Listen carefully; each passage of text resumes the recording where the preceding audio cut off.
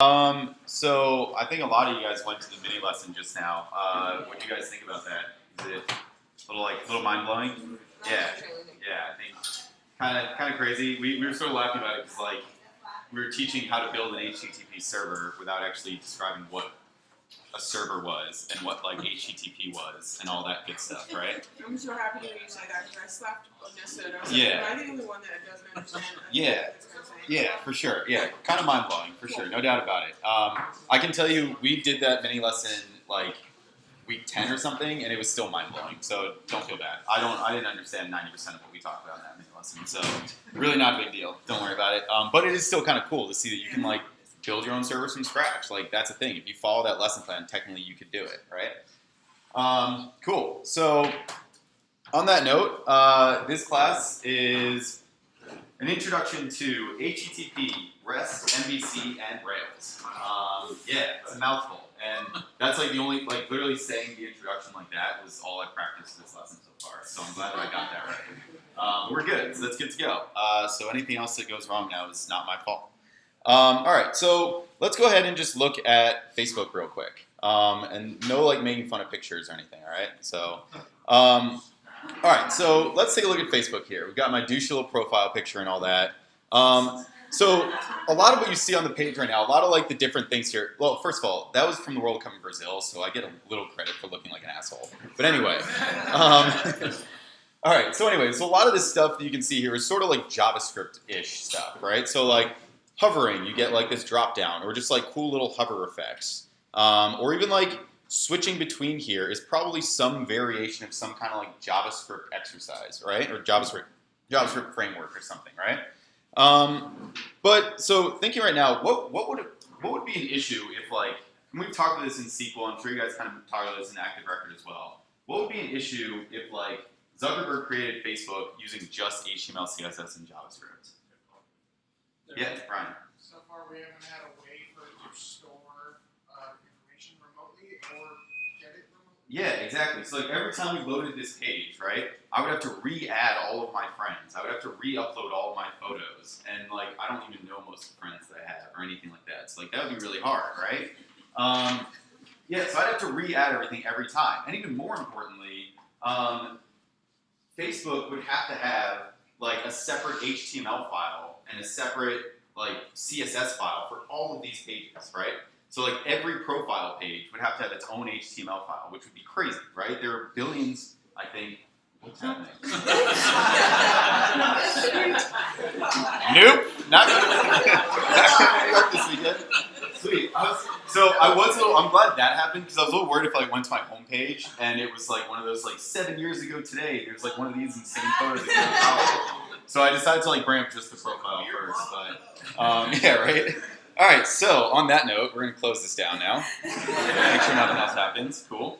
Yeah. So there would be it would be really difficult, right? It'd be really hard for Facebook to just take care of all these HTML files. There would literally be a Joe Glatmanzaretsky.html file.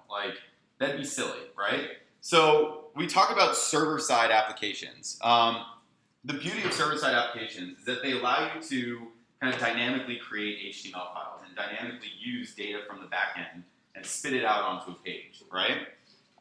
So really, Rails is the heavy-duty version of a server-side application. I think when I was taking this class, they described it something as a nuclear-powered garden hoe or something that just destroys a field in a second, right? It just does everything you want it to in super fast time, but it's really powerful, right? So the reason for that, and you guys we'll get into it a little later. We'll look at the file structure and everything a little ways down. But really, Rails is a very heavy framework, and it's designed to make things really easy, right? So I feel a lot of people in classes that we've had and reviews and stuff have asked about what's the best way to do this? What is the right way to do something, right? You'll hear a lot over the next week or so about the Rails way. That's because Rails is very specific. There's a lot of conventions in Rails that everybody follows, and so you guys get used to that. There is something that is the right way to do things now. So when we did JavaScript, right, there were a lot of different ways to do it. With Rails, there's really a best way to do things. Not everything, but a lot of it is very conventional, and so there's really like a best way to do certain things. So today's lesson, sort of unfortunately for you guys, but bear with me, we're not really going to code at all. So I'm going to say, like, even if you want to take your laptops down a little bit for the first half of the class, you don't have to if you want to, but we're not going to be like using your computers at all until kind of a little bit into it, right? So this is going to be a lot of conceptual stuff. So talking about, as I said before, like talking about HTTP, talking about REST, talking about what is the MVC cycle. Before we even get into Rails at all, right? We're going to talk about that stuff at a higher level. So things that you guys sort of talked about in this mini lesson, we're going to go into in a little bit more detail, and then we'll kind of look into like what Rails actually is. So let's go ahead and look at another example here. So if I go ahead and type in ESPN, right? What am I doing right now? Like what is this? I guess. Cruise control board requests in the client side and. Yeah. Thank you, Adam. Appreciate that. Yeah. So that is a request and a response. So the request is literally me typing in that URL and pressing enter. I'm the client, or my browser is the client, right? I'm the user, and I ask my client to go find this URL for me, right? And the URL, or the client, the browser, Chrome, will then make that request out to a server that ESPN has, right? ESPN goes through a whole process, it collects all this stuff, and then spits it back out to us, and that's the response, right? So that's our HTTP request. I'm going to go ahead and close this so I don't get distracted, because I will. So HTTP is basically like, it's kind of it is really like the main way that we like, it's like the encoded request and response cycle, where we're sort of sending information one way through a very simple message, so a URL, and then we're getting back all this information from a server side, right? Does that make sense, everyone? Yeah. Cool, awesome. So every HTTP request, I'm going to have trouble saying that throughout the day, every request has a method and a path, okay? So your path is going to be that URL, right? So ESPN.com, right? That's what we call our path. Our method is kind of similar to something that you guys have heard before. So you guys have talked about CRUD a little bit, right? Can anybody remind me what CRUD stands for? Have we not talked about CRUD? No. Okay, we have not talked about CRUD yet, but sorry. Yeah, so create, read, update, delete. Yeah, so creating being like creating something new, reading being like going and getting information from a database that's already there, update being updating, deleting being deleting.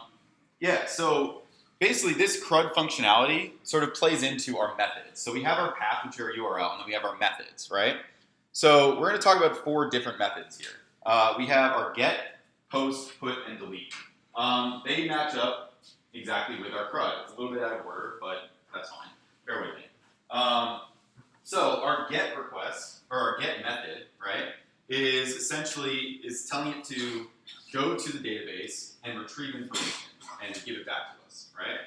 Our post request is telling it to bring some information that we input as users and stick it into that database, right?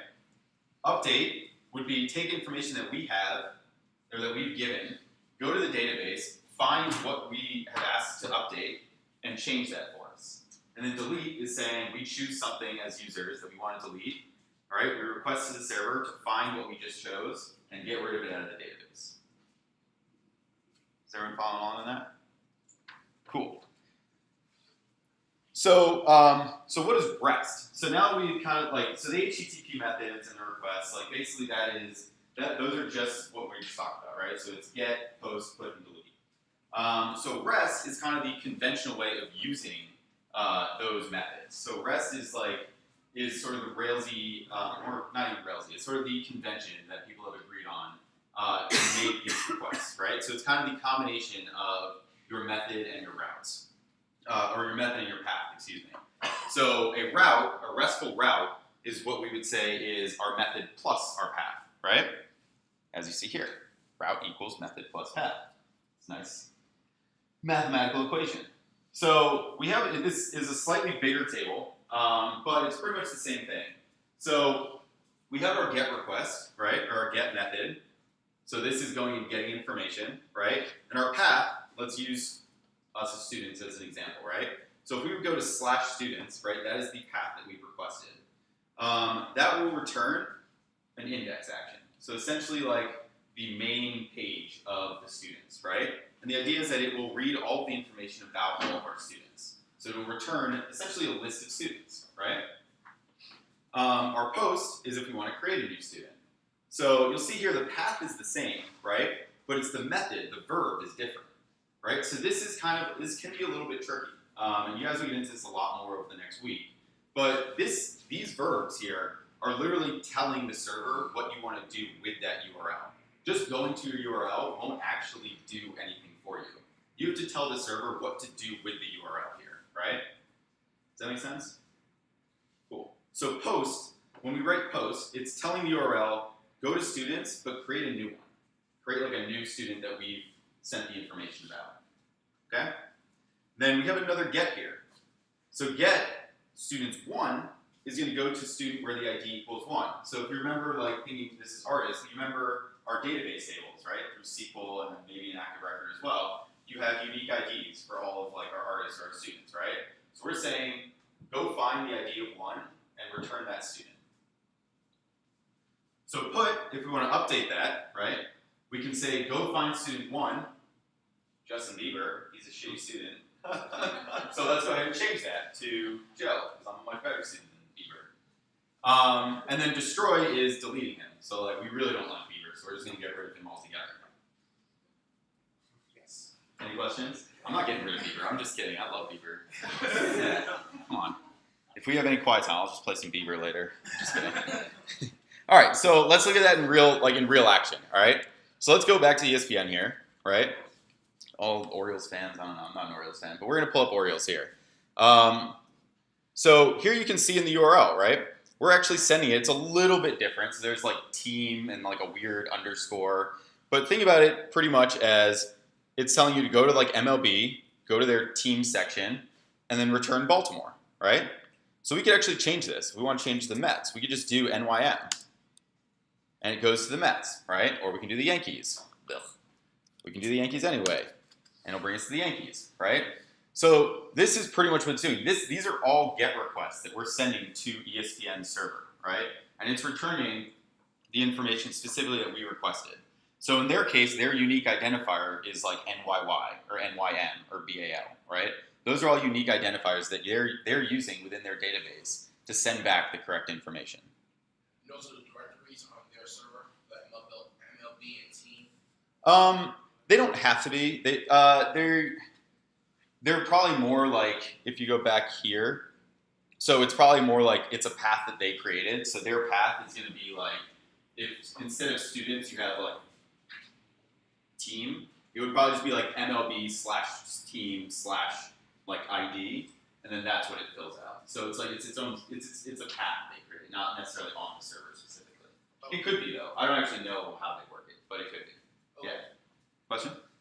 So basically, it's not reading from an HTML file at that path. It's just those are all different requests to the server. Yeah, and so we'll get into this soon. So basically the idea of like a back-end application or like a server-side application is that you pretty much have like one HTML view that you create. So like all of the teams share the same HTML file. And so when you go and make a request, and we're literally gonna do like a live action run through of this at some point. But when you make a request, right, the request is sent to the server. The server goes to the database and grabs that information, and then it goes to what we call like our view area. And in the view area, there's like an index view, so that's kind of like listing out everything.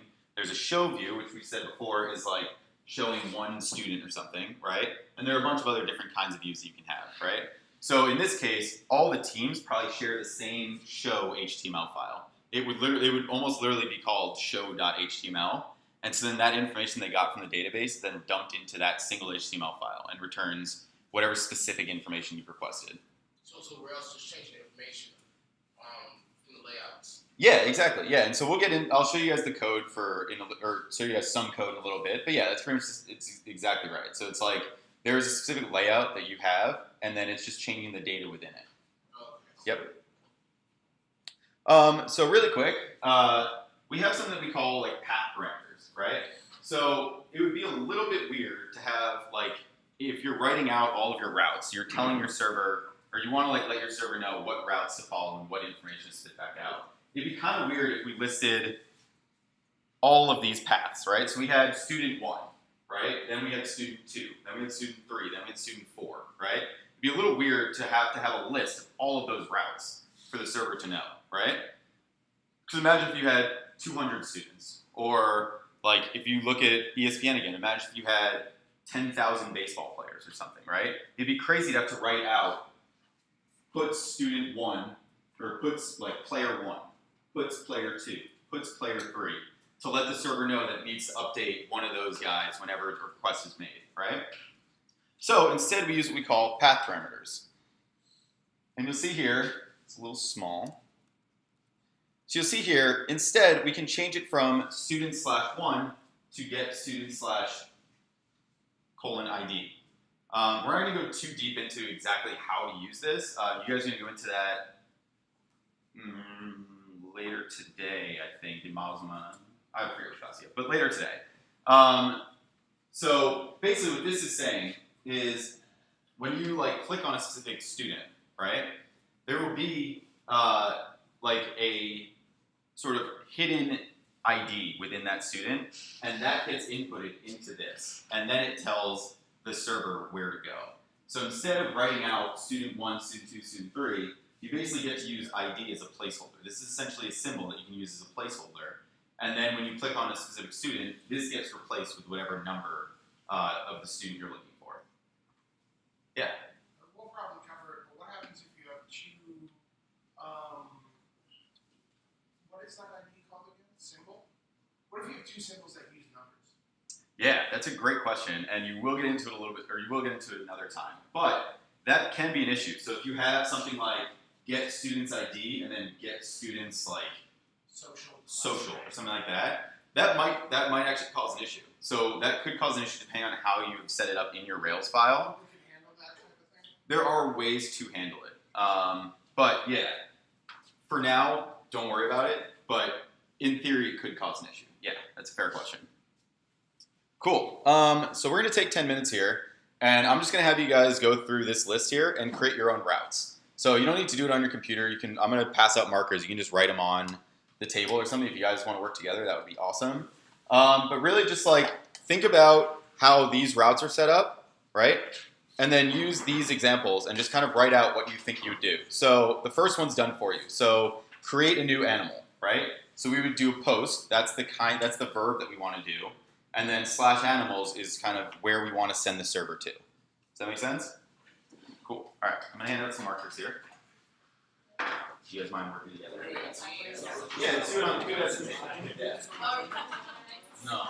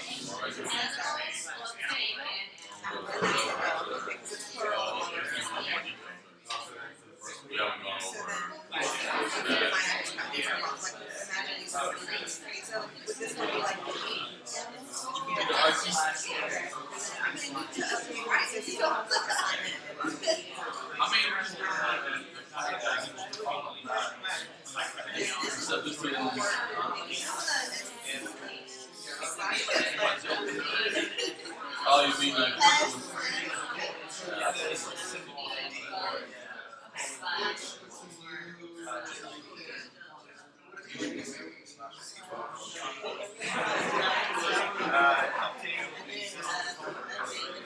I'll be destroyed.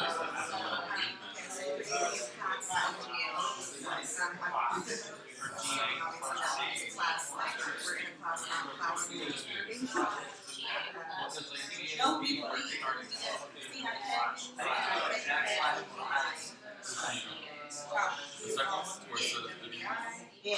So you know the that's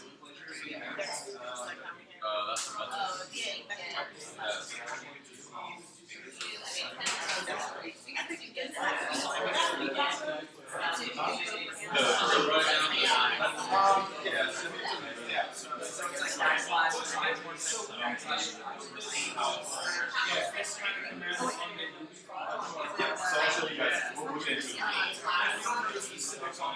that be like the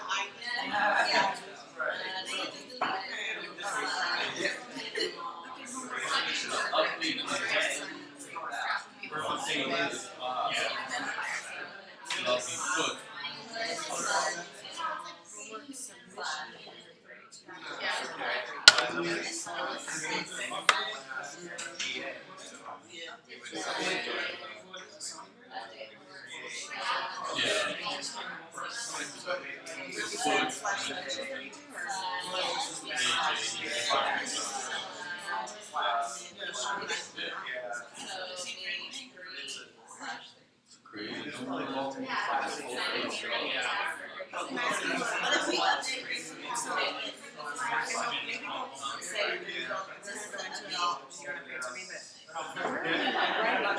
is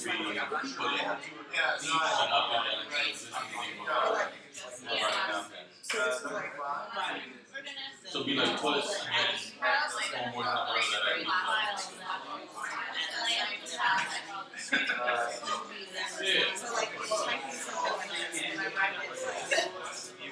oh, so well, this one would have because when you're deleting existing already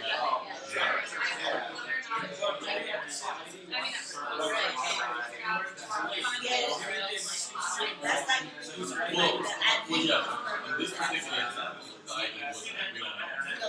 This example is gives what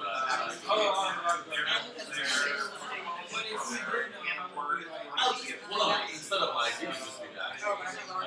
Yeah, so the ID is that's how we put the folder.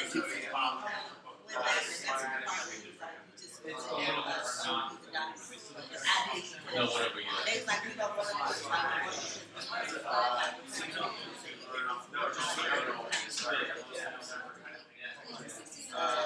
so 4 is create submission of the class. We did the update already. So create a new class.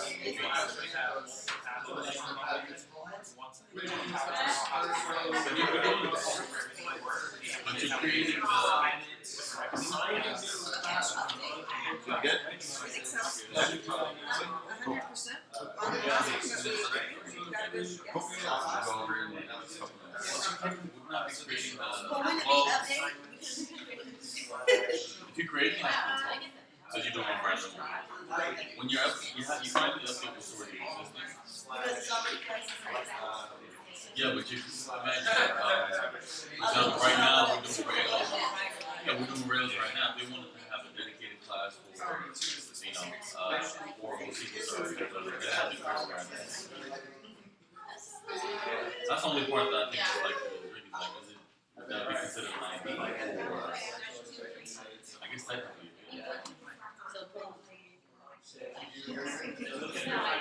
how are people feeling? You guys done already? no, actually, I know. You guys want to go? Yeah. All right, cool. Let's do that. All right. Let's go ahead and cut this timer off.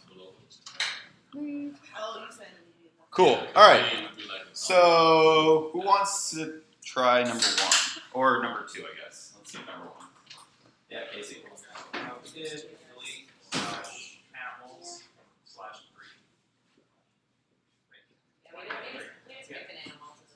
Sure. Cool. Yeah. So that's fine. If you want to delete the third animal, that's cool.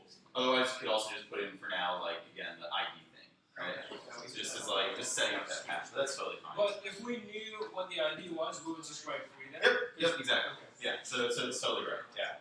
Yeah. Question. Why is the first one post to animals with no number and the second one delete /animals with ID? Yeah, so when you're posting, right, you're creating it, but it doesn't already exist, so there is no ID number for it. So it doesn't actually know what the ID number is at the time. So you're basically giving the database a new thing, and when you give the database a new thing, then it creates that ID for you. But when you're deleting, it does exist, so then you're telling it which one specifically. Good question. Yeah. Number 2, or you have a question? Yeah, if you want to do the second one, Hold on, guys. if you want to do the second ID, how would you write that? If you want to start. Like the second one, second student for ID. If you want to do by ID, we get the /2. Yeah, exactly. Yep. All right, anyone want to do number 3? To update an existing homework assignment. Yeah. Put /homework and then /1. /1. Yeah. Cool. Yeah. So again, same thing. You could also just use ID here for now, but yeah, totally fine to use 1. That's a good example. Yep. Cool. Yep. We did put /homeworks/assignments/ID. That's cool too. Doesn't Yeah. actually No, absolutely not. I mean, again, in theory, like for now, you guys are probably gonna be keeping your route simple, like when you guys are building your apps going like for the next few weeks. But yeah, that's totally fine too. And are the reasons are the reason these are lowercase and plural is because they relate to rows in a table? Yeah, so the way I think about it, right, is if you're listing out your animals, right, it's going to be a list of animals, plural. So you probably want like your slash or for your path to go to animals as well. You could, if you want, you can call it animal, right? Like this, you could call it, I guess to use Robin, you could call it wombat if you want, right? But don't tell me I did that. I'm not sure if it'll be Matt or Kathy that I did that, so let's just not tell them. But yeah, so you could use whatever you want technically. It's more just to be like kind of semantic about it, right? So like you're going into all of the animals and you're pulling out a specific one. So like because there are a bunch of them, you may as well just call it animals. Right, but you know the convention how they said for the table rows it was supposed to be lowercase. Mhm. And is that what this is referring to? Technically no. So this again, like this is your writing, right? So this doesn't technically send it to. It doesn't technically it doesn't technically send it to like a specific database. Okay. But that's a fair question. Yeah. Cool. All right, let's do number 4. Create a new class in GA. Yeah. So we put post. Yep. And then we put the slash, and then we put GA, and then we put another slash for class because we were assuming that it was. Yeah. Cool. I'm good with that. Sounds good. Sweet. How about number 5? View all students in WDI.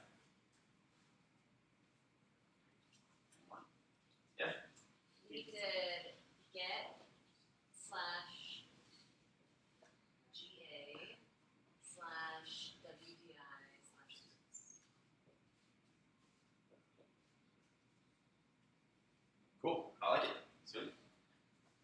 Cool. Next, number 6. Anyone?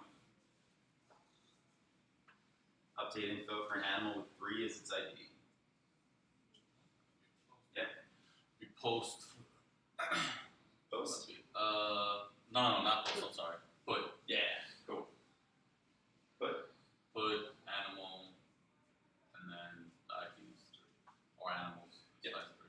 Sweet. I like it. And then last one. Yeah, Adrian. We did put /assignments, and I don't know if this will work.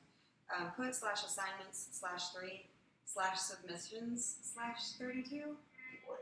Let's go that way. Assignments /3/submissions/32.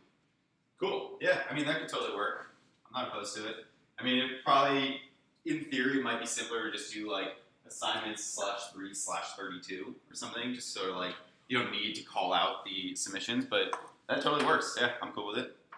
Does anybody have any questions on those? So like, again, you're kind of making these routes on your own, right? So you, in theory, could do it however you want. But these seem to be pretty conventional at least, right? So I like how these are going. Yeah. Any questions?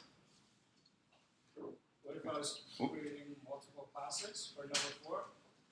If you want to create like a bunch at one time, Say if I'm creating class 1 and class 2. you could do them individually. So it would be the same route. So it would just be like you create one at a time. If you want to create 2 at the same time, That's a little bit more complicated that we're probably not going to get into right now. There's a whole thing with forms and stuff that's for a later date. But yeah, it's a fair question. You have a question? Is there a case matter whether you capitalize? For like the verbs? The end. Oh, like over on this, like over here? Students. No. I'm gonna say no. I would say convention would say probably keep it lowercase on that in that case. But in theory, you could make it uppercase. Like you'll see. I don't know if this is right, but like if we went to like ESPN and went to like a player page, like Bryce Harper or something, I suspect it'd be like at the end, it would probably end up being like / Bryce Harper, and his name would probably be capitalized. So I don't think it would cause an issue. But for now, like let's just keep it lowercase. Saying if we went to the thing and spelled Bryce Harper with lowercase. I suspect it would probably work too. I'm sure ESPN has enough like technical astuteness to like grab both of those and it would work. But for the methods, those need to be all caps, correct? Let's say for now, convention would say yes. Yeah, let's roll with that. Cool. All right. How do people feel? Good? Cool. See some thumbs up? Can I get like a fist of 5 on what we've talked about so far? Ooh, cool. All right, sweet. Sounds good. Cool. All right. So let's get into a little bit more Railsy stuff. This is going to start to get a little bit more daunting. Yeah. So now you guys gave me 5s. Let's bring you back down again. Anyway, so does anyone know what RMVC stands for? Let's just not even show that yet. I swear I always do that. Anyway, yeah. See. I'll say it stands for Rails Model View Controller. Close. It actually stands for Router Model View Controller. Yeah, but it's close because the router comes from Rails. So a little bizarre, but it does stand for router technically. So our MVC model looks a little bit like this, and I'm gonna just run you guys through like the whole cycle, and then after our break, we're gonna do like a live person action or acting out of this. All right, so get excited. Anyway, so step 1 is our browser, right? So we're gonna go with Chrome. Me as the user, I submit a request. So let's say I submit something to ESPN, right? I want to go to ESPN and go to the Nationals team page, right? So this is me. I submit that request. I basically just send a URL, right? So it's ESPN/teams or /MLB/teams/Washington, right? Goes here. It goes to this router, right? So you can think of a router almost like, or think of this entire thing almost as like an office building, right? When you go into an office building, a lot of times you'll see like a very nice security guard that sits at the bottom, right? Because we all know that they're always very nice. Anyway, it's a very nice security guard at the bottom that you go and you ask her or him like where to go, right? So you say like, I have this route, what floor do I go to? Or who do I talk to, right? And that's the router's job. So the router says, I see what you've requested and I'm gonna send you to the right place, right? And the right place is going to be our team controller. So in an app, you can have a bunch of different controllers, right? So there might be a team controller, there might be a player controller, there might be like a basketball team controller, there might be a football team controller, right? Yeah. Concretely, what is the controller? What do you mean concrete? Like, I haven't heard that term. What is the? Yeah, well, we'll get into it in the code when we get there. But it's basically like, it's essentially where you're defining what these are doing, essentially. It's where you're defining your code of what like all of these different requests or methods are going to be doing for you. But I'll show you in the code when we get to it. Yeah, it's a fair question. So right now, think of the controller as like our MLB team, like teams manager, right? So they manage the floor of MLB teams, right? So the router sends the request here and says, Joe's asked for Washington, right? He wants to know the information about Washington's baseball team. Can you help me out? And the controller, as the manager, sort of delegates tasks, right? The manager doesn't do anything. Like, what workplace is the manager actually doing? They don't. They delegate, right? So the controller has let's call it like a runner, right? Or like a mail boy or something, right? Controller sends the mail boy to our model. Our model is essentially like the owner of the file room, or the file cabinet system on that floor, right? Which would be our database. So the runner comes to the model, huffing and puffing, and says, manager asked me for Washington's information, can you help me out, right? and the model goes into the file base, literally sifts through all the papers, right? Pulls out Washington's information and gives it back to the model, or gives it back to the runner, excuse me, right? The runner says thank you, of course, comes back to the manager and says, I got the information, right? Got it. I've got all the information about Washington. And then the controllers or the manager controller is like, all right, that's cool, but that's not enough, right? That's not enough to give it back to the person. We need to make it look nice, right? So go to the copy room and actually print it out and make it look nice. So controller now sends the runner down to the views, right? The views is where we have like our HTML files stored. So this is where we have like, it's like our copy room. So it's like printing all the nice stuff out on like laminated paper or something, right? So the runner brings that data that he just got from the model and gives it to the views and says, I need this to be printed out on a page so I can actually present it to the person requesting it. Yeah. You notice when we will, should have pointed back to the browser at the end from the view to the browser. You know, do all that and go back to the browser. Yep, it will at some point, but not from the views. Yeah. Okay. So what happens is the runner comes to the views, gives the data to the view person, right? And the view person basically makes a decision, right? What to do with that data and where like what like file to put it on, how to actually print it out, right? So finally like makes a decision, prints it out, gives it back to the runner. The runner then goes back up to the controller, right? Now really huffing and puffing. Shows the controller, shows the manager, this is what we've got. This is my view, this is all Washington's data. Controller, the manager, has to review it basically, checks it, make sure it's right, make sure it's not like an error there, and then sends the runner back to the browser to then spit it back out on the page. How does that feel? Yeah, makes sense? That analogy is really Because if you trust the runner with the view, then it might not be what you want, and you put it on the Exactly. website. Yep. Yeah, right. That's my job. Why doesn't the controller communicate back through the Rails router? So the router is really like, think of the router literally as like your security guard downstairs or something, right? So the router is literally just deciding or like sending you to the right floor. That's all their job is to send you to the right place. It's not to respond back and give you what you ask for, right? That's like the office floor's job. The office floor is to do all the work and give you what you ask for, right? The router is just like the security guard that's saying like go to floor 2 or go to floor 6, and that's it. Yeah. Does this MVC apply to anything else besides the Rails router? I think any of the routers are the same kind of way it works. Yeah. So like this is like the Rails router because like since we're learning Rails, that's what we're gonna go with. But yeah, there are a lot of other like server-side frameworks that follow this exact same kind of model. Yeah. Is this, I don't know, it seems like a lot of work. Is there like, is there a way to like cut out the middleman and just like go to the database and just I mean, you could write raw SQL. That would be going straight to the database. go straight to the database? Yeah, but that would be a pain for you. Right. It'd be like that. So that's what I was saying in the beginning, right? Like Rails is super powerful and really heavy duty, and it's for reasons like this because it does all of this for you, right? It makes it so you don't have to write the raw SQL stuff, right? You don't have to do any of that like extra work and add like a bunch of extra code there. In theory, you could, right? So like in my cohort, we learned Sinatra, which is like a Rails light, right?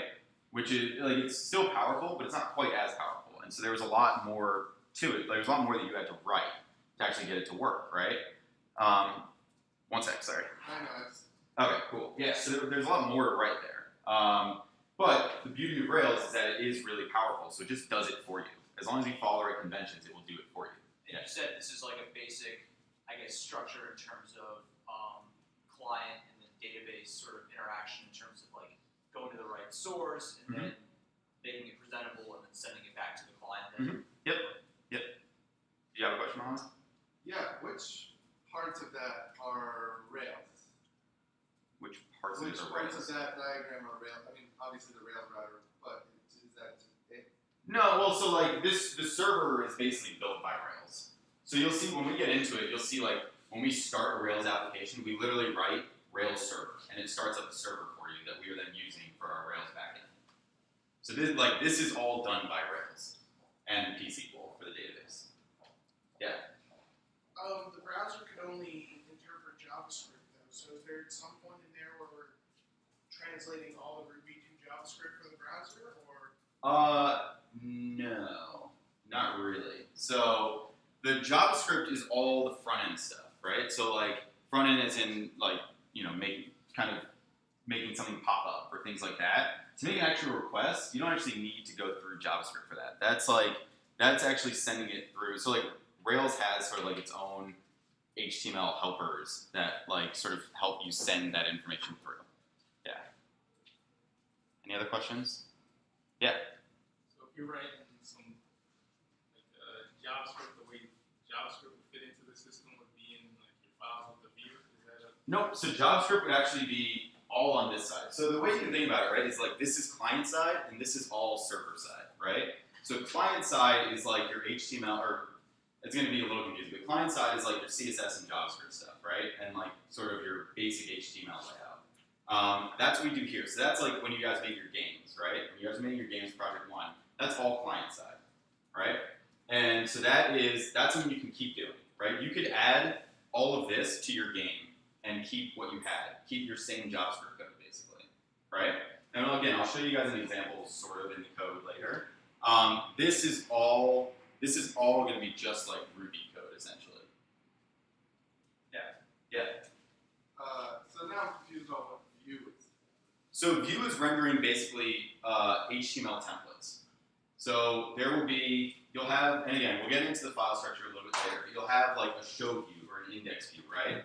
And so those are rendering like the templates that then like you will have like a CSS and JavaScript file that then attach to those templates over here.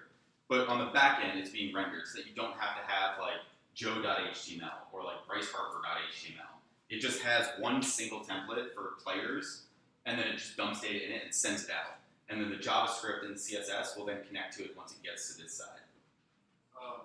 And a follow-up question. Yeah. What you were saying, like the setting of, so for example, my game was trivia. Mhm. If I were to keep all my questions and answers and stuff in a database rather than in an array in JavaScript, what would be?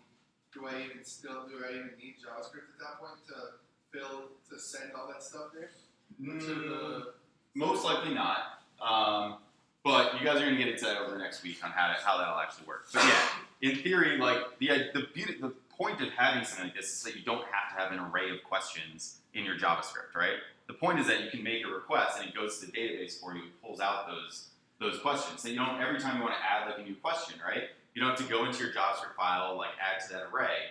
You can do it on your browser. You can like type in a form and say like new question, whatever it is, and just send it, and then it's always saved in your database.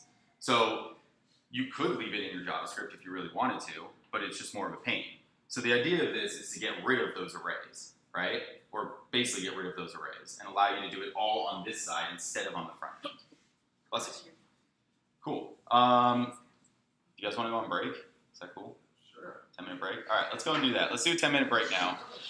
Let's digest this, and then we'll get back into it with like a little in-person stuff.